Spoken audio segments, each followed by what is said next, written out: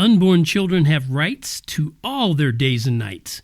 It's Rhyme and Reason 712. There's a rhyme and reason for your life. There's a rhyme and reason why you... Hey there, Tony here. And yeah, I'm getting a little political. Some people call it pro-life. And in 2008, I was part of a pro-life group in Colorado that actively advocated for the abolition of abortion. Can you imagine? They wanted to stop it. And believe it or not, that's not the general consensus in the pro-life movement, so-called pro-life movement. Typical pro-life organizations have really just become compromising cash cows, and their policies have created some complicated schematics for actually how to kill unborn children. Yes, that has been a byproduct. You know, ideas have consequences, and all the regulation helps make sure that you develop these complicated schematics for how to kill unborn children. It's the way it is. That's what has happened.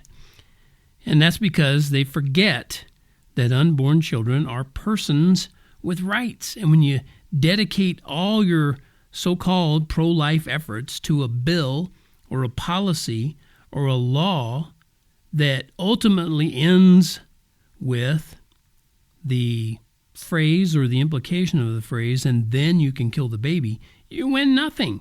And the baby loses everything. And you might say, well, what are you talking about? Well, for instance, they'll come up with a bill that says, they'll give it a really, touching name, like the heartbeat bill. No, you can't kill a baby if you can hear a heartbeat. Well, how about this? You can't kill a baby and stop there. How about stopping there? How about saying you can't kill a baby, period? And you know what? If a woman is pregnant, it's a baby. Even if she's 1 day pregnant and there's no heartbeat that anyone can hear yet, that's still a baby in there. The moment that a man and a woman have come together and done the deed and a baby is conceived, there is a baby at that moment. A single cell baby, but that's how you started too. That's how I started. It's how every single person who ever lived started. So if you say, well, you can't kill the baby after you hear a heartbeat, that implies that you can kill the baby before you hear the heartbeat. If you say you can't kill the baby unless you give drugs and there's no pain, then you can still kill the baby if you make sure that there's no pain. You say you can kill the baby if the mom and the parents of some sort say that it's okay with them. Then you can kill the baby. Yeah, see what I mean? All of these policies and regulations, they don't stop the bad thing, and that's called abortion. They don't abolish it.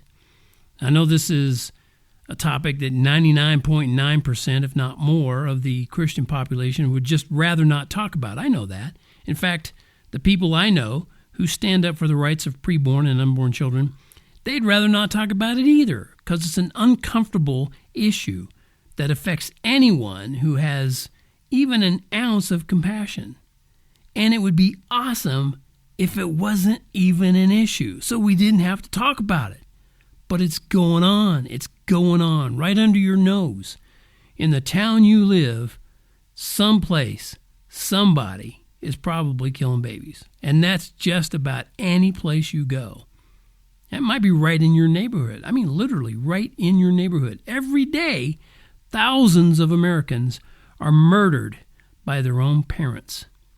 And you go worldwide, the numbers reach into the millions. And that's every year. Every year. Regulation of the abortion industry has never been, and it never will be, the answer. If it was the answer, why didn't it answer it years ago? Now we're, 40, 50 years into it, and it hasn't stopped anything. So just like back in the days of slavery, the only solution is abolition, because everyone has a right to life. When tiny seeds take root in tiny eggs, then you get tiny eyes, ears, arms, and legs. Then tiny babies form inside their mother's womb, and then the human life begins to bloom.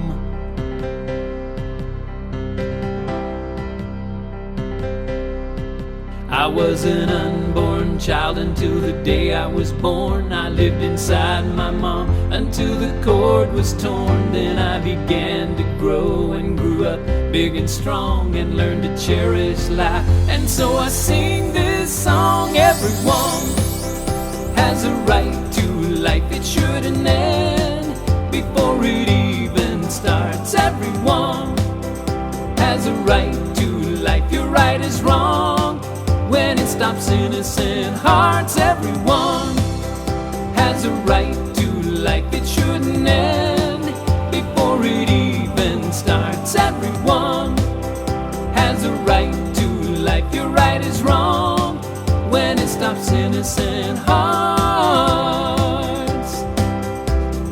Innocent hearts deserve a right to life.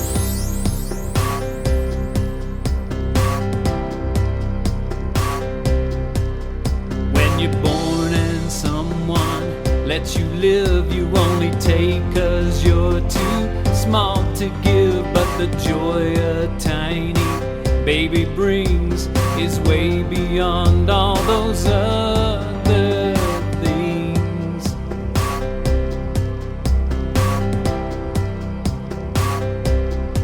So give yourself some room to think about what your right might do, who you're leaving out. Put yourself right there in that baby's place. Either way you choose, you'll see a baby's face. Everyone has a right to life. It shouldn't end before it even starts. Everyone has a right to life. Your right is wrong when it stops innocent hearts. Everyone has a right to life. It shouldn't end before it even starts. Everyone has a right to life. Your right is wrong when it stops innocent hearts. Innocent hearts.